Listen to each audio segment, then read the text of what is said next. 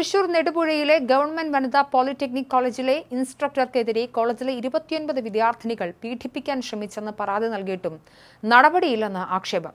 Electronics വിഭാഗത്തിലെ trade ഇൻസ്ട്രക്ടറായ അധ്യാപകൻ ശാരീരികമായി ഉപദ്രവിക്കാൻ ശ്രമിച്ചെന്നും ഭീഷണി മുഴക്കിയെന്നും ബോഡി ഷേമിംഗ് നടത്തിയെന്നും ഉൾപ്പെടെയാണ് വിദ്യാർത്ഥിനികളുടെ പരാതി. കുട്ടികളുടെ പരാതിയിൽ കഴമ്പുണ്ടെന്ന് കണ്ടെത്തിയിട്ടും ഇനിയും അധ്യാപകനെതിരെ നടപടിയില്ല. അധ്യാപകൻ ഇലക്ട്രോണിക്സ് ലാബിലടക്കം പെൺകുട്ടികളെ ഒറ്റയ്ക്കെത്തിക്കാൻ നിർബന്ധിക്കുകയും മാർക്ക് കുറയ്ക്കുമെന്ന് ഭീഷണിപ്പെടുത്തി ശാരീരികമായി ഉപദ്രവിക്കാൻ ശ്രമിച്ചെന്നും വിദ്യാർത്ഥിനികളുടെ പരാതിയിൽ പറയുന്നു.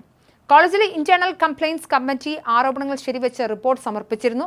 ഇതിന്റെ അടിസ്ഥാനത്തിൽ പ്രിൻസിപ്പൽ തുടർ നടപടിക്ക് ശുപാർശ ചെയ്ത് സാങ്കേതിക വിദ്യാഭ്യാസ ഡയറക്ടർക്ക് കൈമാറിയെങ്കിലും എന്ത് നടപടി സ്വീകരിച്ചെന്ന് വ്യക്തമല്ല.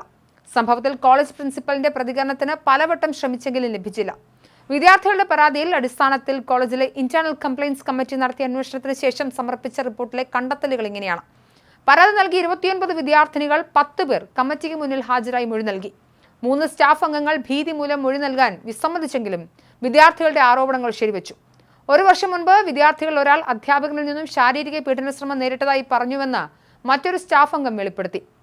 അധ്യാപകൻ ഇലക്ട്രോണിക്സ് ലാബിൽ വിദ്യാർത്ഥിനികളെ ഒറ്റയ്ക്ക് കൂടിക്കാഴ്ചയ്ക്ക് നിർബന്ധിച്ചിരുന്നതായി വിദ്യാർത്ഥികൾ മൊഴി നൽകി.